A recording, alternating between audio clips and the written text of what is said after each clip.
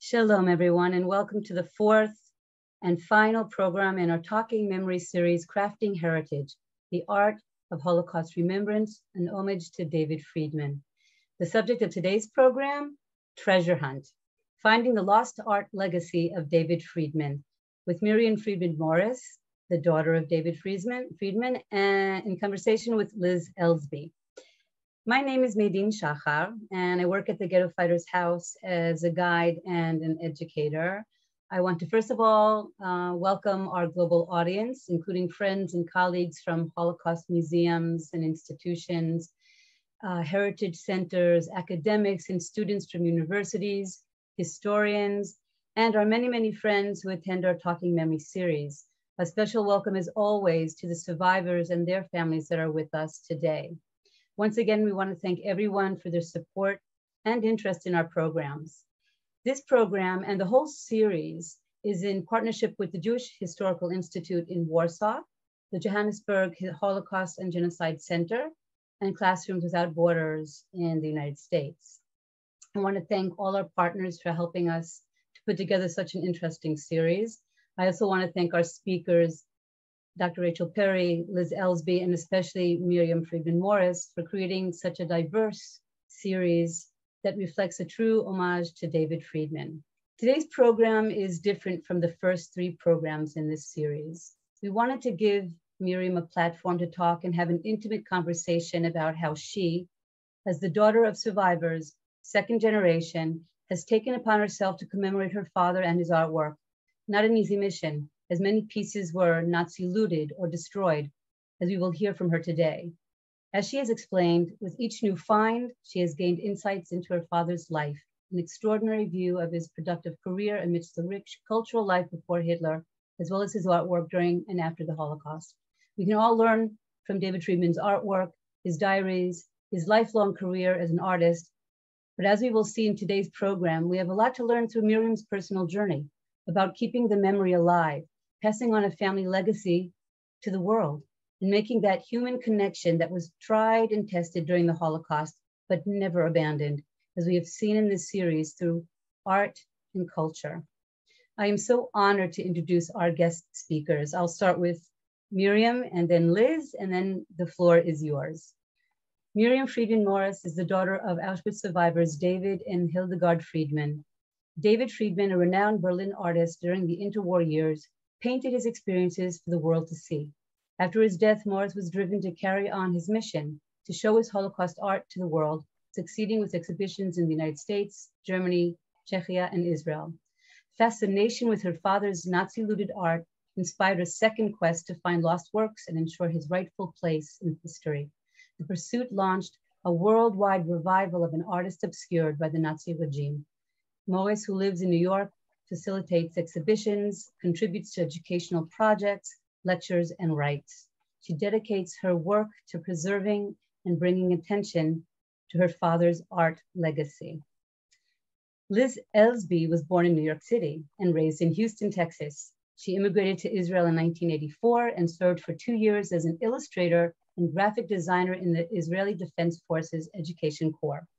In 1991, she earned her bachelor's design degree from the Bezalel Academy of Art and Design in Jerusalem. Liz worked for many years as a freelance graphic designer, illustrator, and artist. In 2006, led by her lifelong interest in the Holocaust and pre-war Eastern European Jewry, Liz began working for Yad Vashem, Jerusalem, as a museum guide and graphic designer. Today, she is a Holocaust educator, lecturer, and a guide to Jewish sites in Poland, Berlin, and Prague. Liz is currently writing and illustrating a children's book about pre-war Jewish culture in Krakow, one of many which she hopes to create in the coming years. And I want to thank you both, again, two amazing women who are going to meet today for a conversation. Liz and Miriam, the floor is yours. I just want to begin by saying that as a museum guide in Yad Vashem, I noticed going into the gallery about the life of prisoners, a very beautiful drawing of prisoners in the Gleiwitz concentration camp. And there was something about this drawing that was so filled with life. And I saw that the artist had made such an attempt not to show these as dehumanized human beings, but as individuals. I was very curious, who is this artist? I wrote his name down. I started to research him.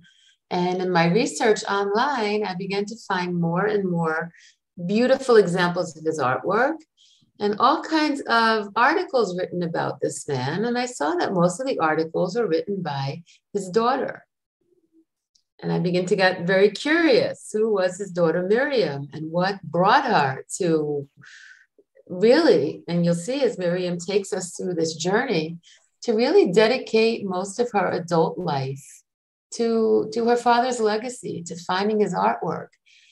And Miriam, I'd like to ask you now, take us through the seeds. How was this planted in your head that this is something that you decided? It's not an easy decision to dedicate yourself to, someone else's artwork, your dad's artwork, to go through that very painful journey and very difficult journey.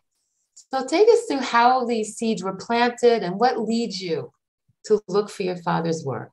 Thanks again, Liz, for that wonderful introduction. I really appreciate everything that you said, and I thank the Ghetto Fighters House and the sponsors also for giving me this opportunity. This is very, very special for me.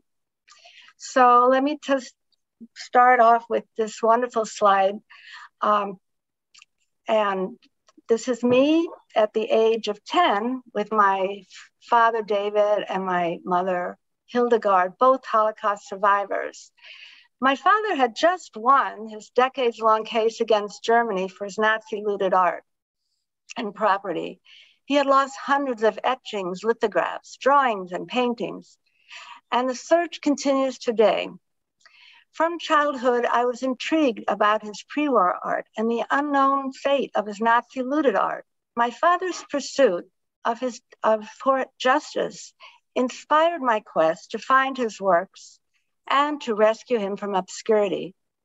To tell the story of my father's life through art, I will show many of his pre-war discoveries that he never saw again. This wonderful full-page article was quite sensational. And my father's win for restitution brought on new celebrity for our family and truly made an impression on me. And even my fourth grade teacher read the article out loud to the class.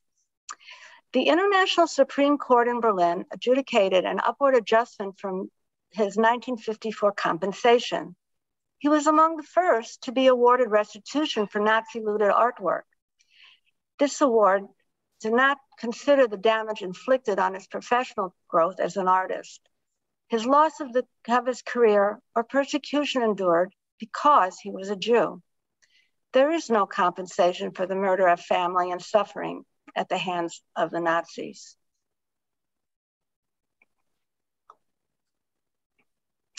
My father wrote a diary for me at the time of my birth in Israel. He reflects on his deportation to the Lodz ghetto with his first wife, Matilda, and child, Miriam, who I was named after. He writes about befriending a young woman, his future wife, Hildegard Tausig, and her assistance in hanging his first exhibition after liberation in January 1946 in the town hall of Český Dub, Czechoslovakia. This cycle was among the first exhibitions of Holocaust art in the world. He continued painting his memories and was invited to the former Sudetenland, German border towns in Western Bohemia. The exhibitions were mandatory for all residents of German nationality. The diary was like an introduction into my parents' life. So it wasn't until after my father's death in 1980, I began to learn more about his art and the missing gaps in his life. But first, I jump ahead to my parents' wedding. The bride's father, Carl, stands next to my mother, Hilda, and to the right is the best man, Roman Hoodie. Just visible behind them is Alice and her husband, wearing the white hat, the journalist and author, František Kraus. Remember those names.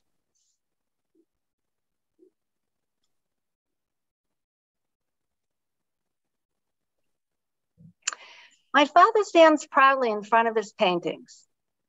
The photo is to show that I grew up surrounded by beautiful and colorful paintings, landscapes, portraits, still life, and abstract, all post-war art. I watched my father draw his second Holocaust art series in 1963 and 1964. He didn't talk about his work. I just absorbed it and somehow separated that purgatory from my life because I had a happy childhood with devoted, intelligent parents who had a sense of humor and fun. We simply had a warm family unit.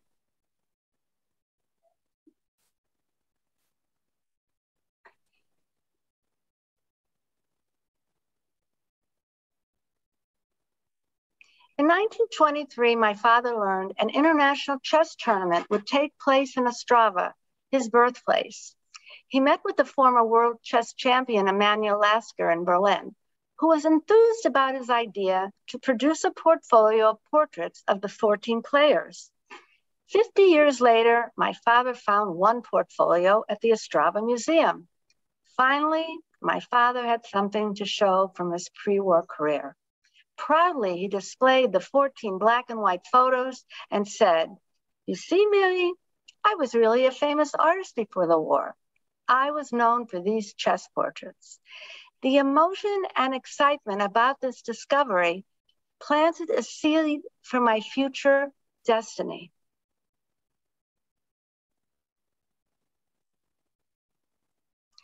When I visited the Ostrava Museum in 1994, however, the portfolio had vanished.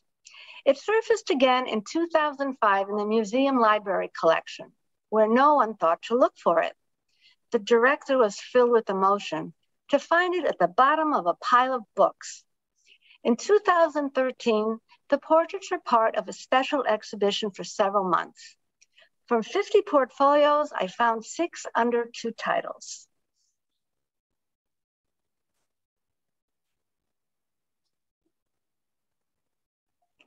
The second seed was more like a rocket propelling me into uncharted waters. While still a college student, I found my father's portrait of his beloved first wife, Matilda. I visited Berlin in 1970 and met Aunt Käthe Friedman, my father's non-Jewish sister-in-law. Upon entering the apartment, the paintings on the walls transmitted a certain familiarity. They were my father's paintings. Perhaps my father wanted to surprise me, or I was going to surprise him. But I could never have imagined such a reaction when he received the photos. He was shocked and felt deceived that his own sister-in-law kept this from him. After all, she knew about my father's search for his lost art. She testified on his behalf. My father fought to retain it, but the other paintings in the apartment are still lost today. When the painting arrived of Matilda, my father hung it on the bedroom wall and remained there for 3 days. Wow. Miriam, let me ask you, this is an incredible find. I mean, this was your father's first wife. At the time, she's pregnant with the little girl who you would be named after. How did you feel when you found this work? I was young, but I was smart, and I knew that this was a very special find. And I had a little brownie camera from those days. They didn't take great pictures, but they were good enough for my father to recognize his works. And I'm very happy that I knew enough about my father's legacy up to that time that I would have been able to make that connection. It was extraordinary for him to have this painting back. It meant everything. And I was so happy to have played this role to make my father happy. And this was a huge memory for me that carried on for a few decades before I actually could do something about it.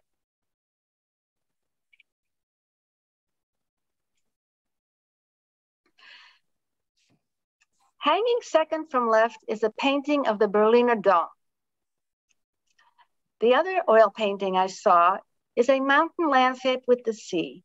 Both were produced about 1928. My inadvertent role of finding these pre-war paintings set the stage to uncover more works. But it wasn't until the 1980s that I thought I could find something to bring justice to my father. By the early 1990s, I had written to every possible German institute and government agency about the whereabouts of my father's art. Then I learned of looted art in the wartime collections of the Jewish Museum in Prague. Several pieces were looted, but they were from other Jewish victims. So Miri, we began with that statement your dad said. You see, Miri was really a famous artist before the war. Take us through his early pre-war art, his work from World War I and the interwar years, and also how you found these pictures. Because what makes your dad so extraordinary is he really shows us 3 periods in Jewish history. We see the world that was destroyed, we see the Holocaust, and we see how survivors found the energy to rebuild their lives. So take us through this world that was lost as seen through your dad's work. So I bring you to the artwork that was discovered at the Jewish Museum in Prague, largely to go back in time to tell my father's story. My father was born in Mareš Ostro in 1893 in Austria-Hungary, today Ostrava, Czechia. He apprenticed as a sign painter and ventured to Berlin at 17. This lithograph was produced in Ostrava in August 1918, while he was on furlough from the Austro-Hungarian army during World War I. 3 lithographs from this period surfaced at the Jewish Museum. An identical print emerged at the Gallery of Fine Arts in Ostrava. Nazi authorities established the Treuhandstelle, the trustee office in Prague, whose purpose was to seize and hoard all movable property from the evacuated apartments. Thus, this was authorized looting.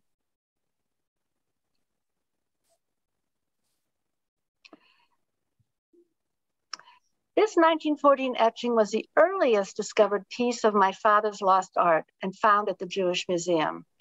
The etching was produced during his Berlin student years at the age of 20 and dedicated to his patron director, Mr. Silberger.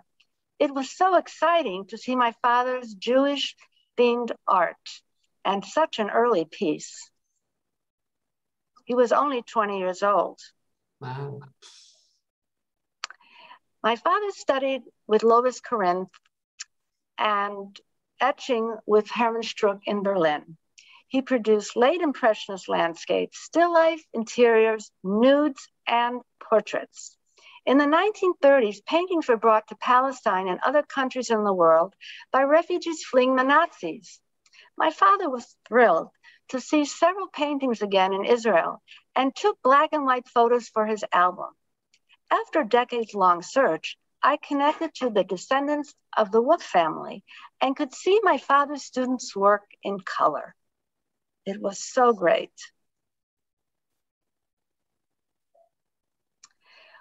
World War I was the first of many life-changing interruptions in my father's career. He served as a battle artist in the Austro-Hungarian army on the Russian front. His last station was Petrico, which is in Poland, and it was in 1918, near the end of the war. My father wrote he was permitted to draw and paint for himself and produce lithographs. 85 years later, his work from that period began to surface, first at the Jewish Museum in 2002, and recently at the Jewish Historical Institute in Warsaw. The lithograph shows he visited a cheder, a Jewish boys' school in Petrico. A mosaic stone fell into place. And here is the teacher again with the Jewish boys. Both pieces were looted by Reich authorities from the art collection of the Jewish community in Berlin.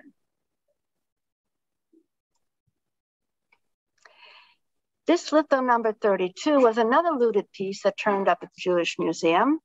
Also boys in a cheder, also produced in Petrico. Number 2 was found in Vienna by a United States private collector. Wow. After World War I, he returned to Berlin and read about the pogroms. This is the only surviving etching from a series of 12. Outraged by the pogroms, the progression of violent attacks against the Jews in Eastern Europe, my father hoped to bring attention to this organized massacre. He would never have believed these works would foreshadow the world's worst pogrom, and that he would not only be an eyewitness to mass annihilation and destruction, but also he would be a victim. In 1954, my father received 2 pages of his work from this journal Schlemiel. He wrote, "These are the last and only evidence of my approximately 2,000 paintings that comprise my life's works." I was shaken to the core. I found the original etching, which is to the right, dedicated to his violin teacher in the graphics collector Schieling at the University of Gießen in Germany.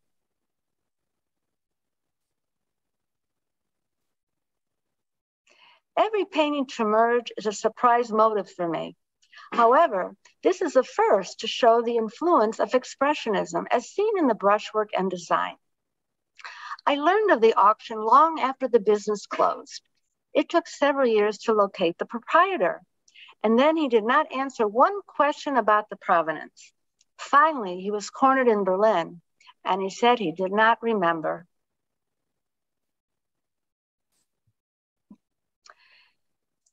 The widespread recognition for my father's chess master portraits propelled his art into a new direction.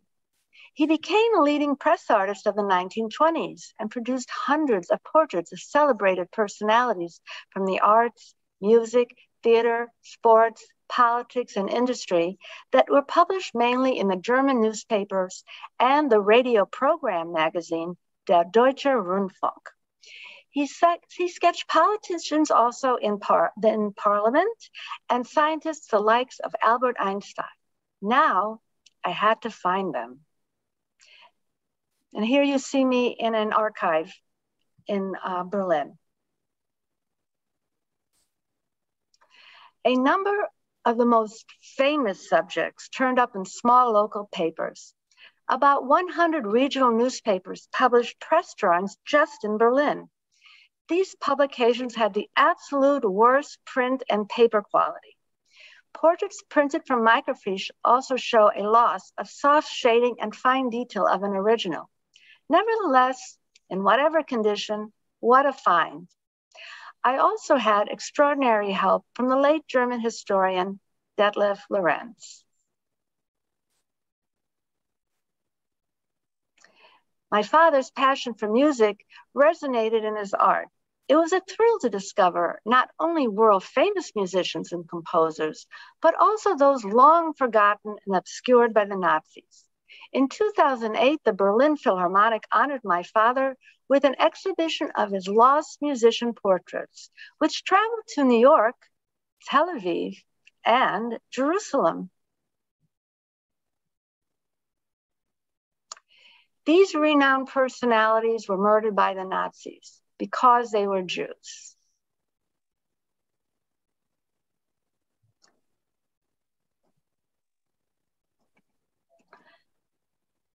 Hundreds of published portraits from the 1920s and early 1930s were discovered and cataloged.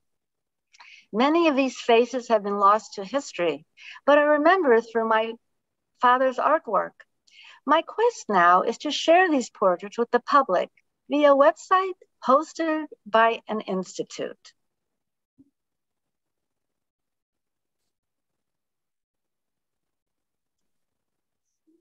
This is a charming scene of a man and woman reading a newspaper. Anyone in the audience from Paris, please contact me. For some reason, there are several paintings that have surfaced in Paris. The fact that these 3 paintings have an auction number doesn't necessarily mean that this was a Nazi auction, but it's speculation, and that's part of the magic of the search.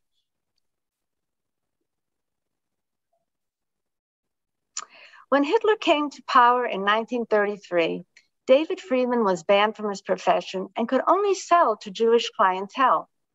After World War I, he automatically became a Czech citizen and thus was permitted to establish a business renovating buildings until this too was prohibited. Discoveries would show he did not forsake his art. I found portrait descriptions on the internet and contacted AKG, who kindly sent the images of these wonderful portraits. I tracked down the son of Stefan Antal, the pianist. He is the Hungarian conductor, Matthias Antal, who was very moved to receive the portrait. Liz? Well, you know, looking at these beautiful portraits, Miriam, I know that the next step in your family's journey was to go to Prague.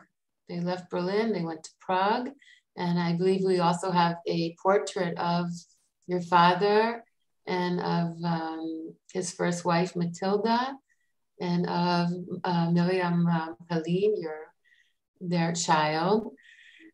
First of all, I also have to say, and I hope everyone could see what attracted me so much to your dad's work, the gorgeous portraits, each one with its own light and its own individuality. He could really had an amazing talent for feeling someone's individuality. And even in a pencil drawing, he captures that so beautifully. So tell me about the years in Prague.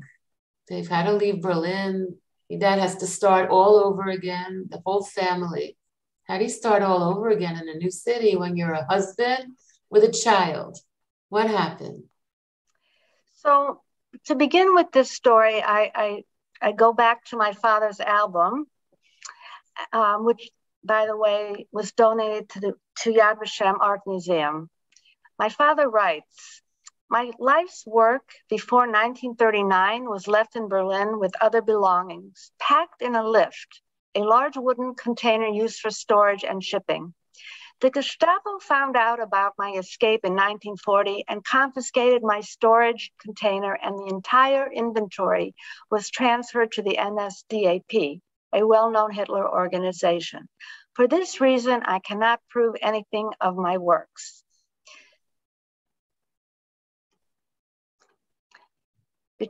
So how my father survived is that he, according to this, his own story, he writes, "Between 1939 and 1941, I drew and painted almost everything in Prague, especially many portraits of prominent Jews and personalities, such as the president of all the Jewish congregations in Czechoslovakia, Franz Weidmann, the vice president, Jacob Edelstein, and many others. I also drew many portraits of officials from the Palestine office. Some of these photo reproductions came into my possession once again in 1946. However, every artwork produced until 1938 in Germany and later in Prague until 1941 was lost." And I love this. Tell us about this, Miriam. Well, so you saw the black and white, but there's nothing like color to bring a painting to life. And this is a very special one of ancient Jewish gravestones. And this painting surfaced at the Jewish Museum in Prague, and with no reference to the last legitimate owner prior to the liquidation by the Treuhandstelle. I'm very drawn to it because it has a sense of quiet. I could just see my father there with his easel sitting there quietly painting. And I was happy that I was able to go to the very same spot. I'm actually holding a printout of this painting in the photograph. Yeah. I'll add something real quick, Miriam. When the Nazis occupied Prague, Jews were not allowed to go to public parks. And one of the only public places they could go was the cemetery. So you would find mothers playing with children, you would find people sitting and holding hands together. And I think in true fashion of your dad being able to capture like the essence of something, he really captures even like the almost the humanity of these gravestones. They have a presence. They feel like, you know, like we feel them. Exactly. Right. Miriam, I'm so drawn to the portraits your dad created, and the portraits he creates in Prague have an incredible quality about them. Please tell us about those portraits and what they mean to you as his daughter.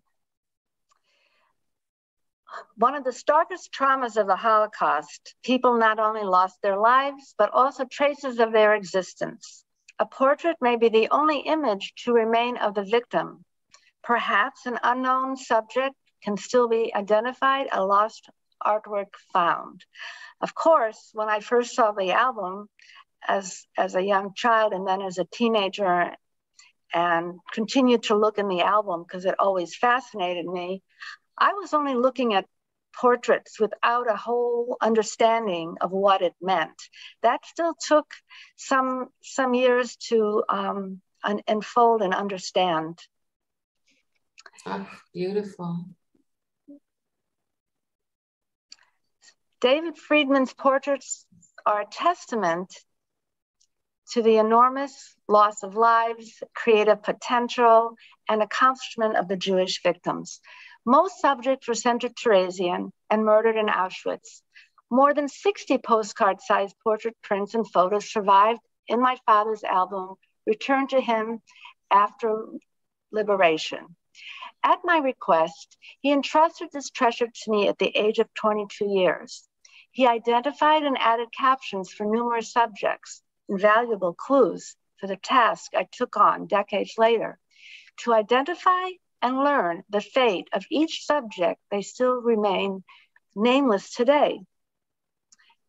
Recognize anyone?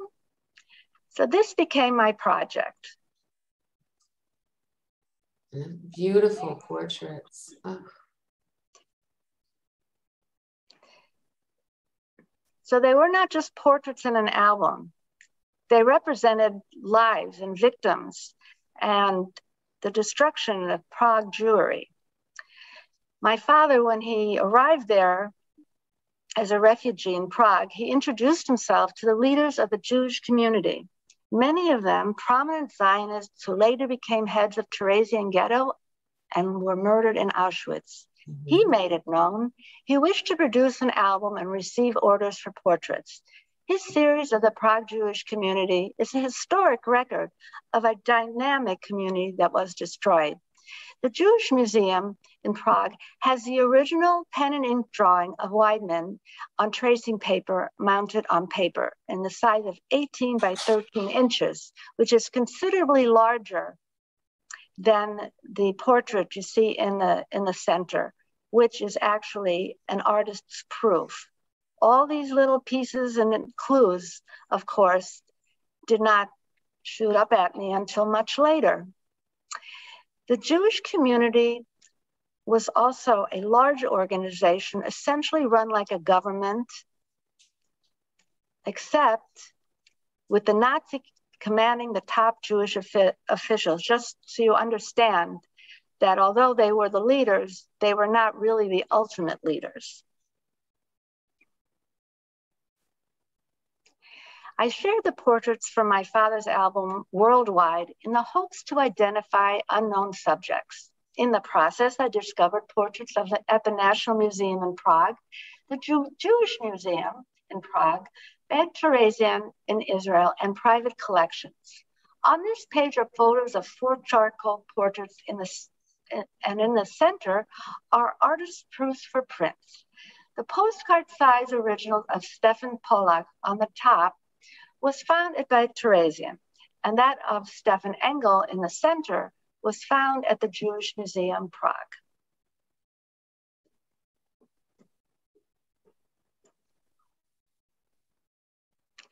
When I discovered that the National Museum in Prague had 3 identical portraits of Zelenka, I understood my father had printed portraits in multiples. The 4th is displayed in this album. Every artwork has a story, and so does each and every one of these victims.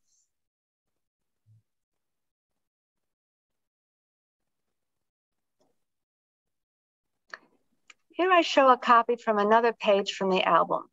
My father portrayed Hannah Wertheimer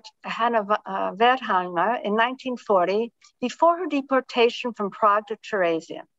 He wrote, "She is the only subject on this page to survive. I was so happy to meet Hannah and call her my friend.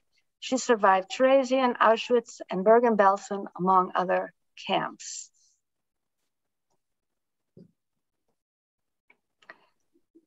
The portraits displayed in my father's albums always fascinated me, especially when they were unidentified.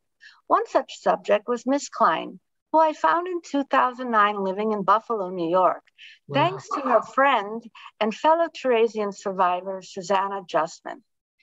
We were incredibly astonished at this faithful connection, and the original portrait had survived.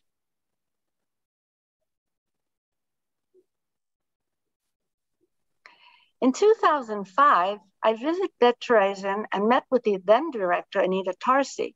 Remarkably, she found 36 portrait prints, including her own father-in-law, Harry Tressler Tarsi. I was also excited that 6 of the portraits were identical to those displayed in my father's album. Later, she found a photo of the drawing of Dr. Adolf Benesch, a founder of By Theresian. I connected to his daughter, Ruthie, who never saw the portrait before.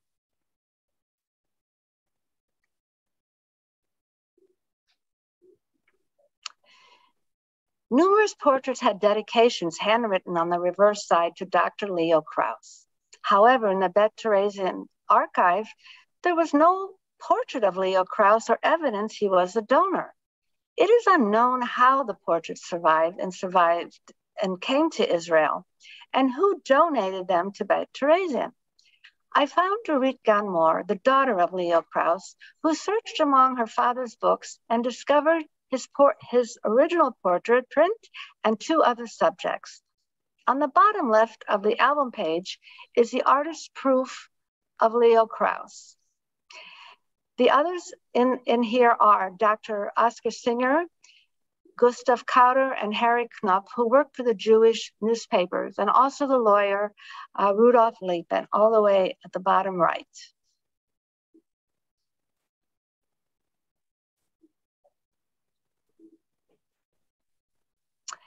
An example of a handwritten dedication to Dr. Leo Krauss from Hermann Tach.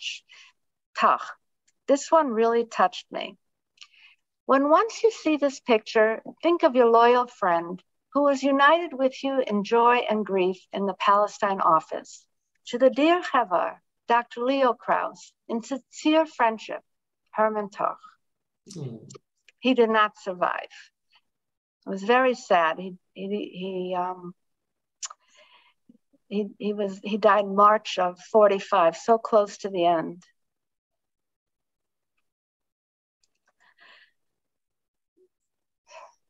It was an aha moment when I saw the portrait of Elie Eisinger at Theresian.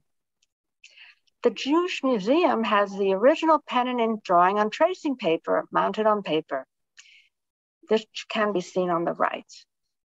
This was somehow used by my father to produce his smaller sized prints. The portrait signatures are identical. I tracked down her daughter, Ruth, who never saw the portrait. Elie lived to 100 years old and died in Israel.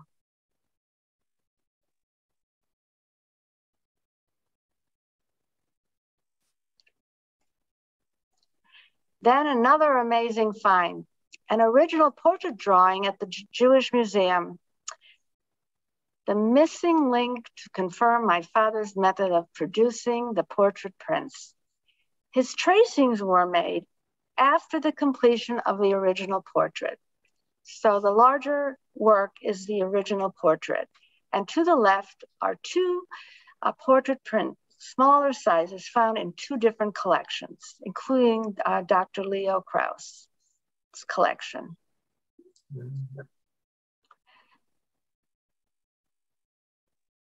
To summarize, the Jewish Museum in Prague has the only original surviving drawings of more than 100 known David Friedman portraits.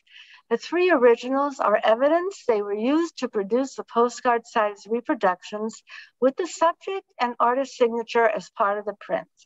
The portraits were ordered in multiples and exchanged between colleagues and friends, often with dedications on the reverse side.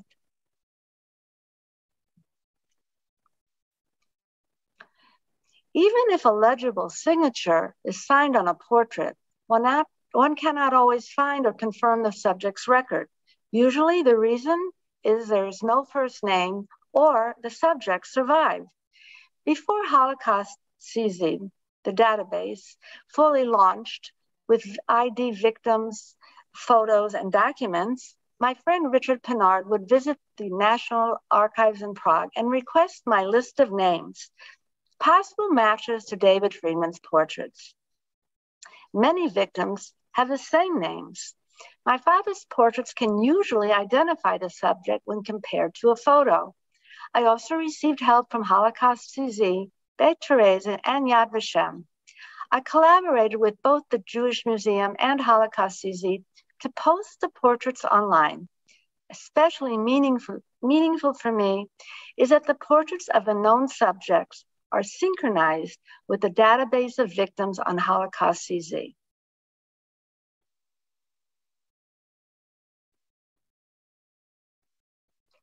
I am struck by the sadness of the subjects who were forced to live under Nazi occupation. But here is Clara, or we think this is Clara, one of only few subjects to smile. In the case of these two victims, it has been impossible to read the signatures, even with the help of Czech and German friends and historians. So the search continues. It's all about confirming the name. Then perhaps the subject can be identified. I developed the method of working. I tried different letter variations of a name, then searched through the employee list of the Jewish community. I found there sometimes a first name and family members. With these clues, I searched the database for possible matches. If no photos are available on the database, it's difficult to confirm the subject. And then sometimes I turn to the National Archives in Prague. But not in all cases are there documents for each subject.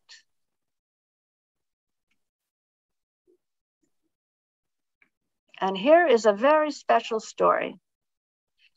In 1985, during a presentation at the Jewish Museum in New York, a woman came forward to look at my father's album and said, "These portraits look familiar." She stood next to my mother, Hilda, who burst out in Czech, and amazingly, the woman replied. My mother had recognized Judita, the daughter of friends Sherry and Roman Hoodie. Remember, Roman was in the wedding photo. The last time Hilda saw the family was in Prague in 1949, and Judita was sitting in a baby carriage. We learned David Friedman had produced portraits of Roman's brother Natan and his colleagues at the Jewish community. Among them was Dr. Ruth Hoff, who we saw earlier. Natan Hoodie's collection of 12 portraits were saved from Nazi destruction because he gave them to a non-Jewish relative for safekeeping. He survived, but died several years later, and the portraits were given to Roman. Last year, Judita gifted the portraits to me. Amazing story. Yes. Wow, really amazing.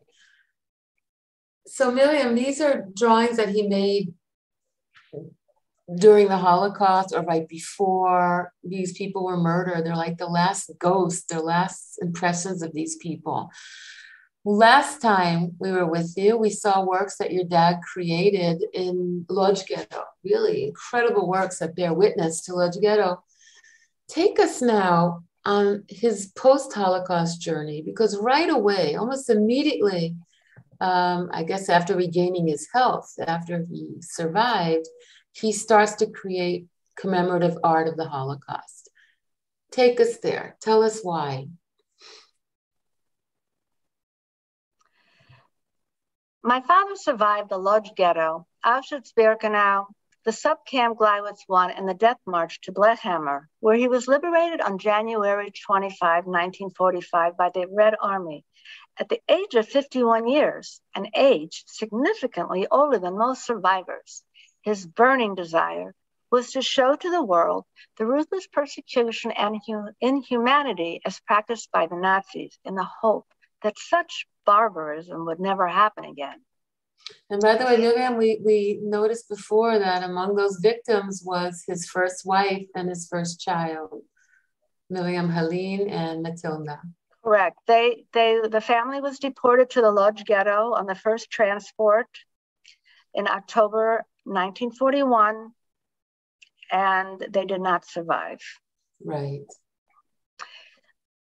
So my father felt it was his duty to bear witness to Nazi Germany's killings of innocents, and painted the series he later titled Because They Were Jews.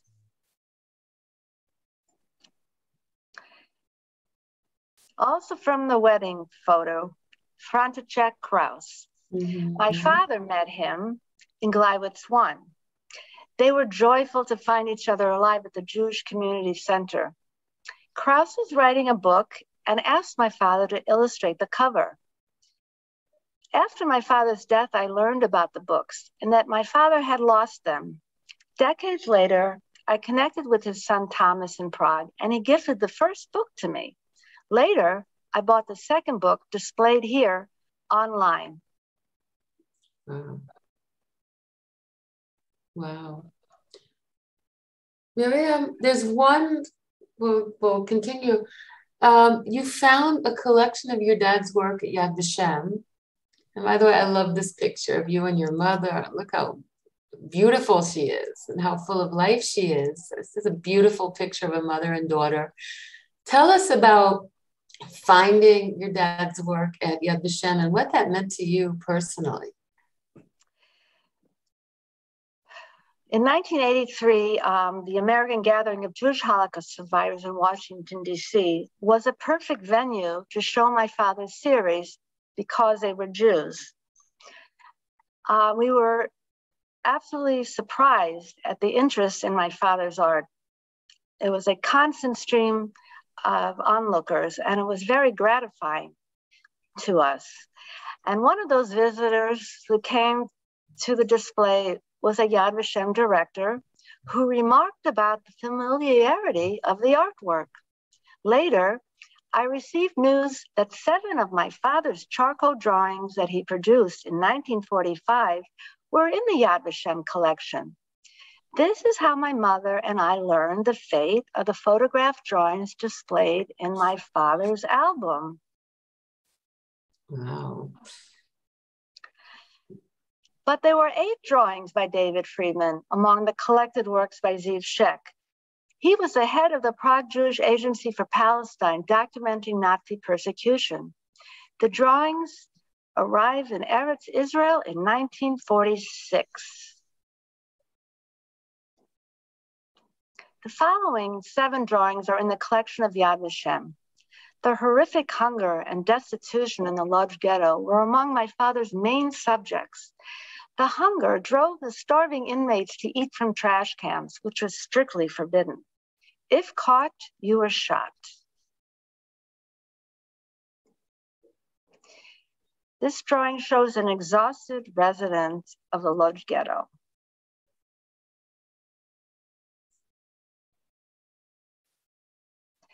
Possibly newcomers to the Lodz ghetto pulling a carriage. Look at their sad and confused expressions, heading into an unknown destiny.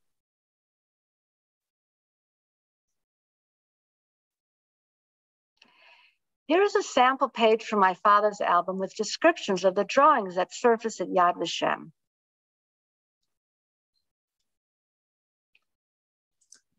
And Miriam, if I may, I want to talk about the picture on the right, because at the beginning I mentioned seeing a piece of your dad's work in the museum, and this is that work. And even today, as many times as I go in the museum, I always try and show this picture. Because what I think is so brilliant about this drawing is they're all in the same uniform. They all have the same hats. They all have labels with little stars on them. but your dad managed to capture each single person's humanity and individuality here. So much so that we even see their eyelashes and we feel their pain and their bewilderment. And he actually writes on this that he is one of these people. They're his comrades, which means your dad at the age of 50, how old was he at the time? About 50. 50 is also in this desperate state physically. And that you can, that this is what he wants to do right after he survives. It's from memory to give them embodiment, to show this is who they were. Probably these people didn't survive, but he wanted to capture them like a moment. So we would remember them, not as the uniforms, but as those very human faces. Exactly. That was his great talent, to be able to show the person's own personality. It evokes you and brings you into the drawings.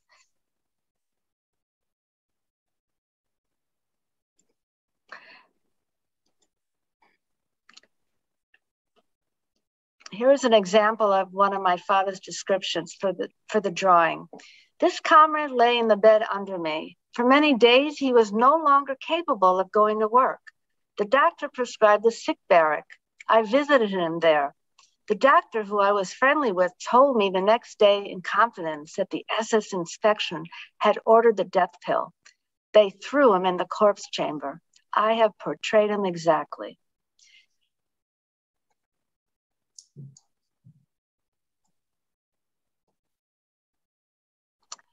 Here is another drawing of a concentration camp prisoner in Camp Gleiwitz 1, holding an empty bowl.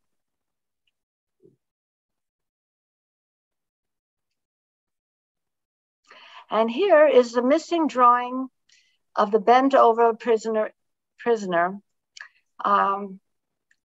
No idea where it went, so I always show it in the hopes it will still turn up.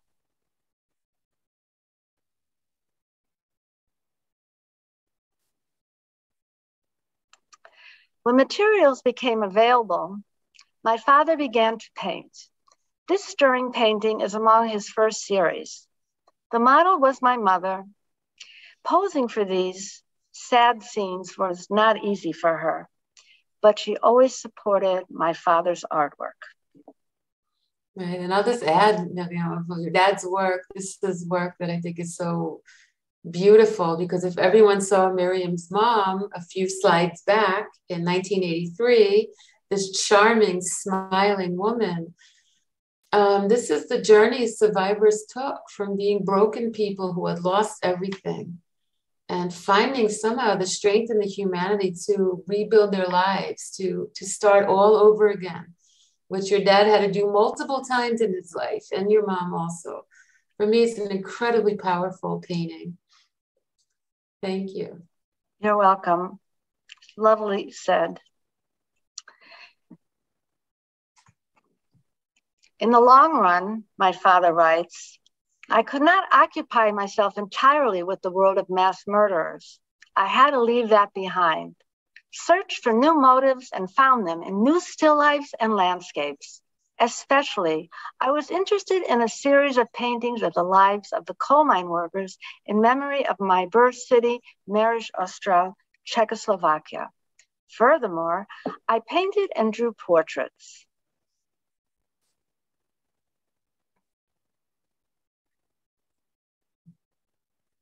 My father was invited to bring his Holocaust art to Western Bohemia, to towns near the German border, to show the Germans still living there the atrocities their countrymen perpetrated against the Jews. Exhibition announcements honored him with the title Maestro Friedman. From 1946 to 1947, he simultaneously painted Holocaust art and his coal miner series. He produced more than 60 realistic paintings and drawings. I was fascinated with the impressive black and white photo of a miner's portrait displayed with prominence in my father's album. The drive to recover lost history and art pulled me to this region. There was publicity about my visit, which raised interest, and soon The owner of this coal miner came to the museum to sell the painting. In 2006, I donated the coal miner series to the Sokolov Museum, which hangs now on permanent exhibition. Greeting visitors are large bilingual panels presenting works of a prominent artist who captured an era long swept away by time. Schools bring their students to see the exhibition. David Friedman's work was the only one of its kind to preserve the coal mining industry's rich heritage in Harbatov. Even the village landscapes he painted no longer exist. So if you are in that area, please go see the exhibition. It's only 3 hours from Prague.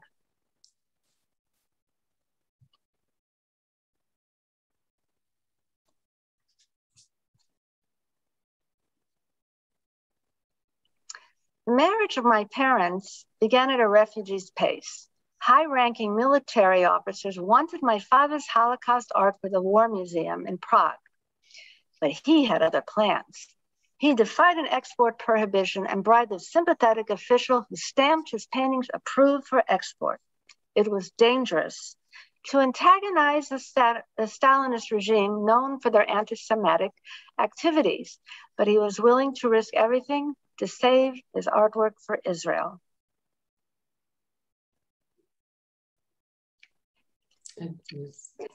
It's one of a series of his journey.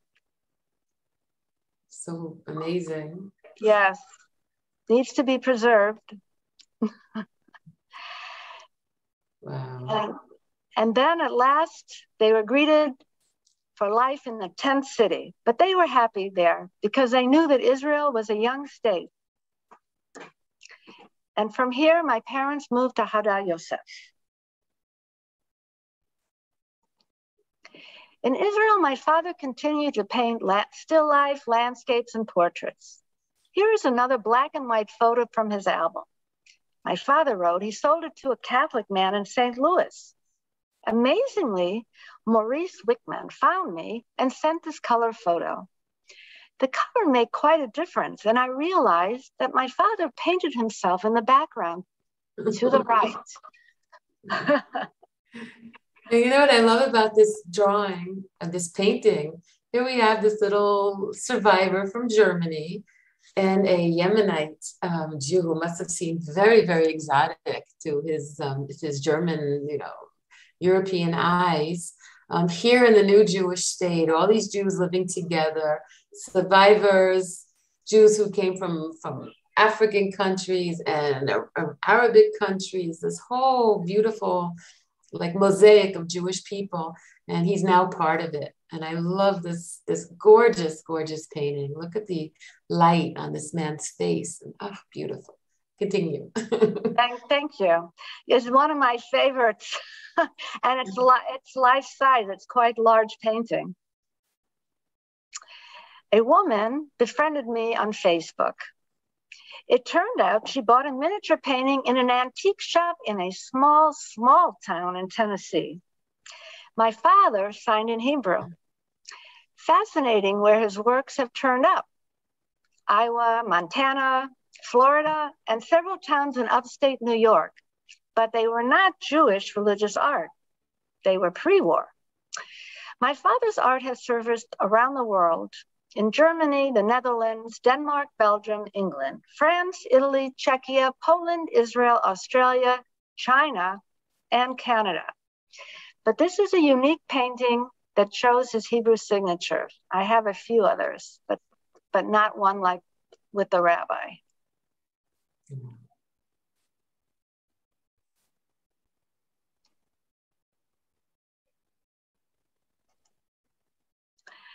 Israel was in a poor economic situation, and my father had a young family to support.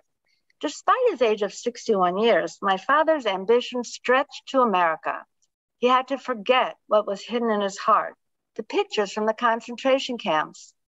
10 years after his liberation, he arrives in New York to begin again. Another drawing from his series of his journey. After 15 months, he became head painter at the St. Louis branch of General Outdoor Advertising. He found honor and recognition in this new career. And in 1960, we became American citizens and dropped the second N from our name, Friedman. After retirement in 1962, his art could no longer be silent. My father continued to fight anti-Semitism and race hatred through painting the horrors he could not erase from his memory.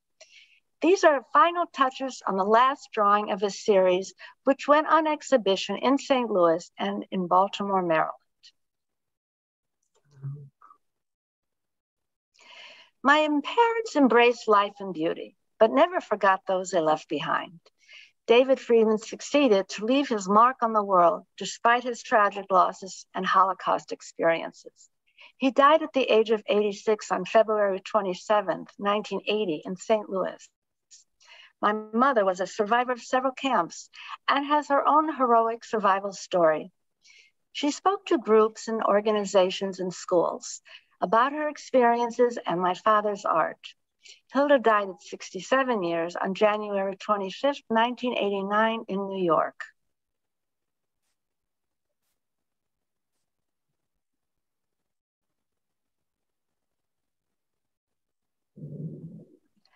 It is on an ongoing quest to create an inventory of David Friedman's lost works. I appeal to the subject to join my search for both his pre-war and post-war production.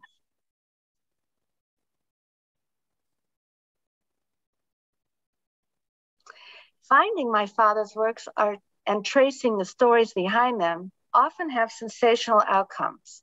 But this is also a story of the kindness of strangers who have befriended me to ensure the legacy of David Friedman. In the 1930s, these paintings were bought by Dr. Hermann Philippschall in Berlin. He fled the Nazi regime to Denmark, where the paintings surfaced in 2020. I am so grateful to have been gifted these paintings. 3 more works to restore the inventory of my father's pre-war art.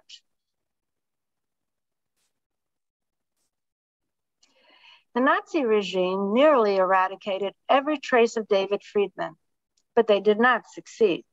Everywhere he went, he left a legacy for me to find. Searching for lost art is gratifying and a priceless view into his life.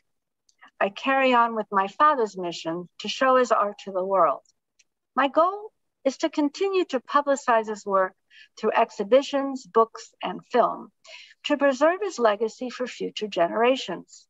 I'm excited to announce that work has begun on a documentary film by John Rokosny with the working title, Dear Miriam, The Art and Survival of David Friedman. There are more amazing stories yet to be told.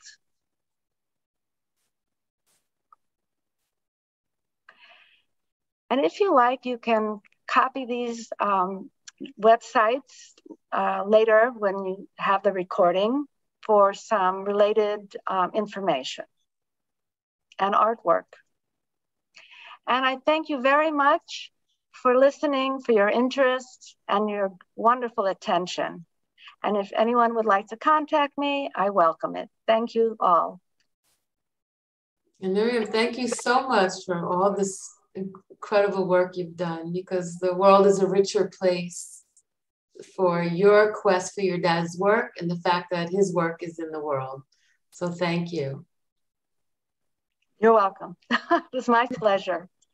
And I want to thank you both for this amazing program. It really, I mean, you say it's a treasure hunt, but it really is something much more than a treasure hunt, because you're battling all these demons from the past, hidden work, looted work, things that are put in museums and in archives that no one expects a daughter to come in and look for that.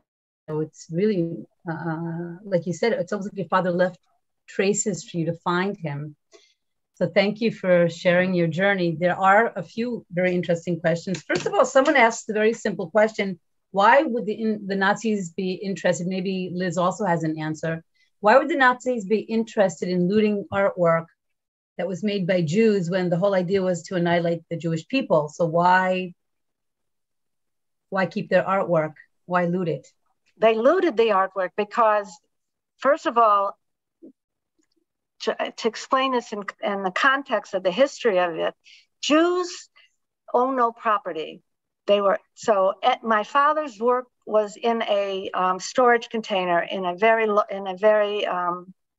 place with many storage containers from other Jews trying to get out. Originally, his idea was to get to Palestine, but it was impossible because the border was closed and his list was left behind. And those lists now, no matter what the contents are now property of the Nazi Reich.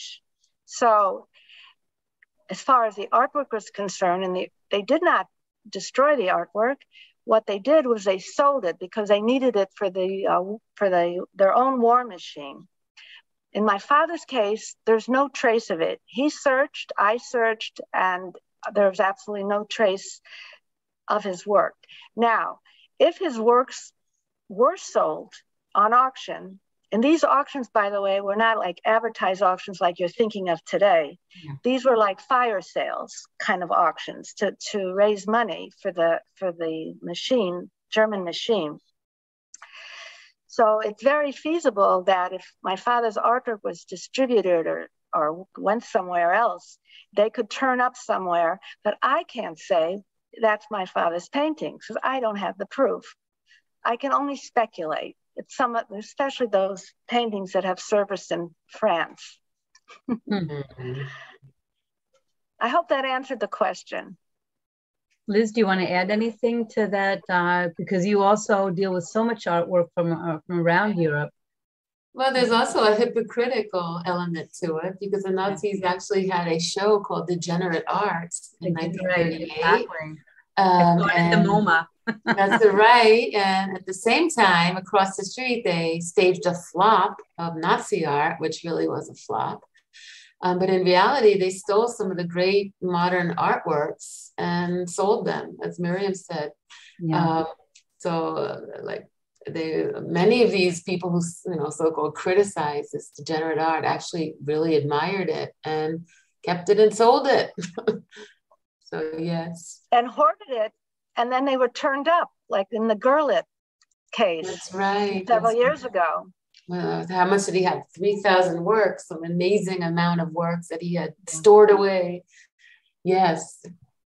That's actually, it's very similar to Elizabeth Reineke's story, chasing portraits with her grandfather, her great-grandfather, that he also had these like 400 containers of artwork that was eventually looted, and she's till today still looking for pieces.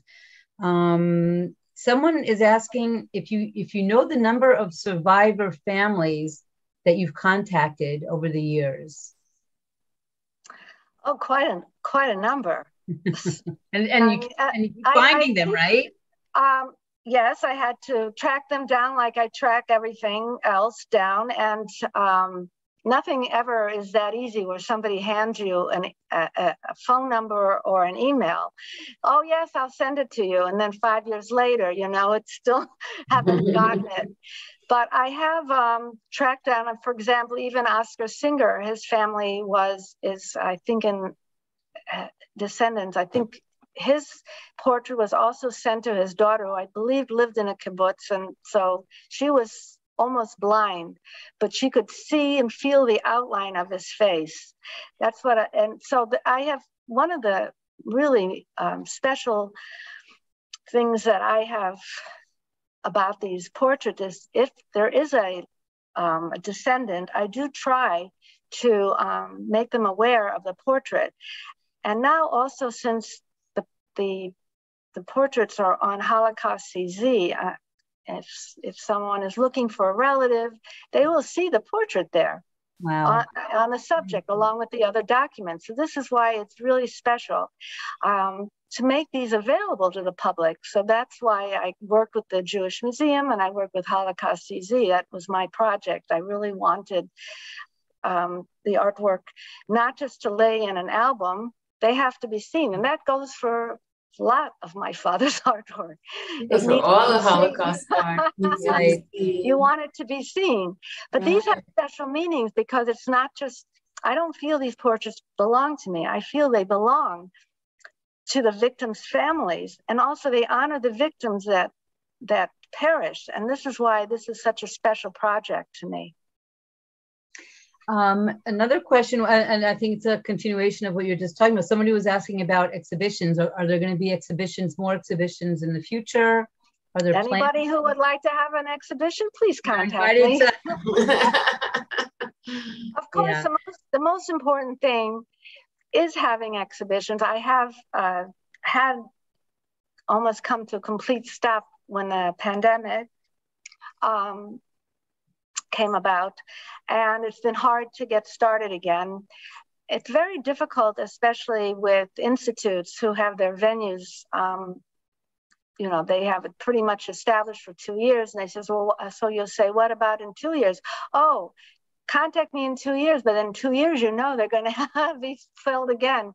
So it's a very difficult situation as far as finding venues that will support an exhibition of this kind.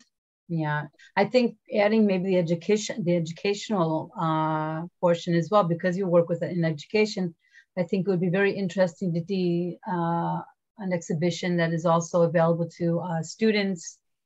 Yes, so just about 2 years before the pandemic, there was an extraordinary exhibition of all places at the University of Oklahoma Norman campus. The Fred Jones Jr. Museum of Art, which is a standalone, beautiful art building. And it was quite astonishing because the artwork was there for a whole semester, and the students went to see it because this was something quite unusual. And I was invited out, and I, gave a presentation. It was very, very meaningful.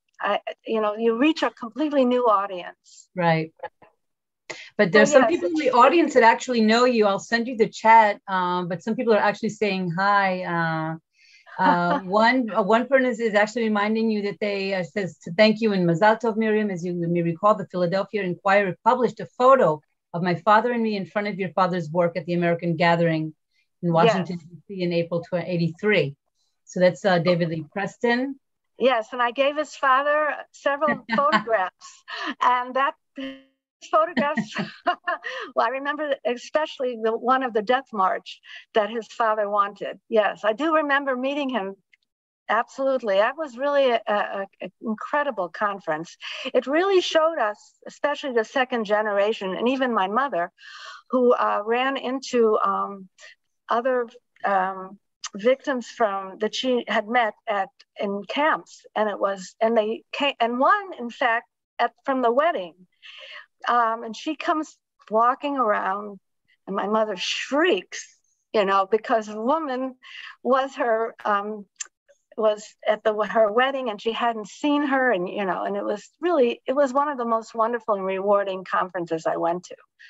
And also because I've heard about it. Yeah. The media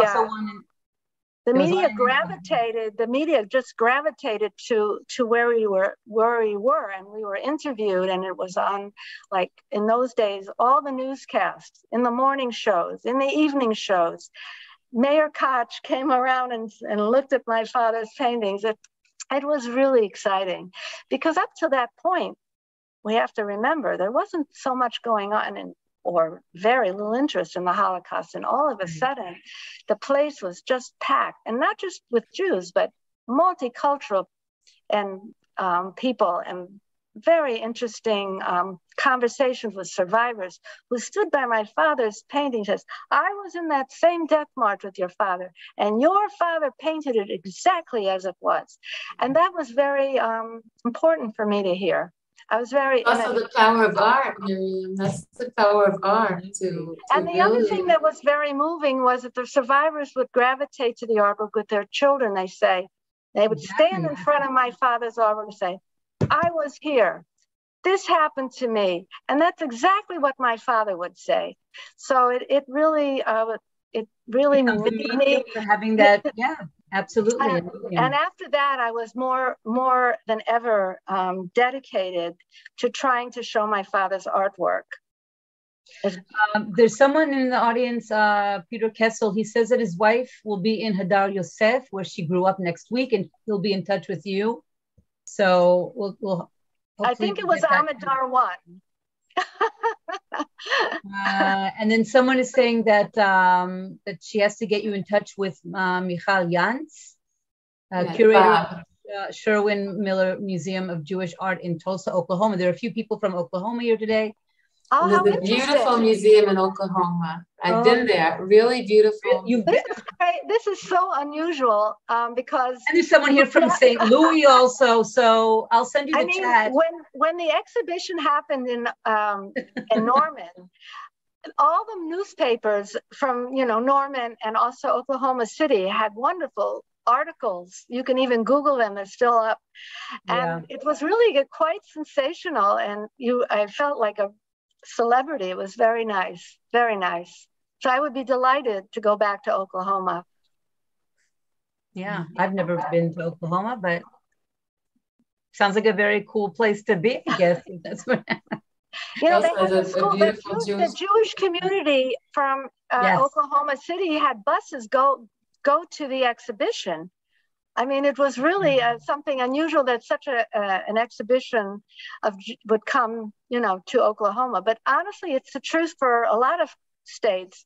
I tried to travel it, but I'm this one person, and it's like I could send out 500 proposals a day and never get a hit. It's just not the best way. Has happened to me is that someone from the outside facilitates it. They say, "I want this," and then it happens. Exactly. Yeah.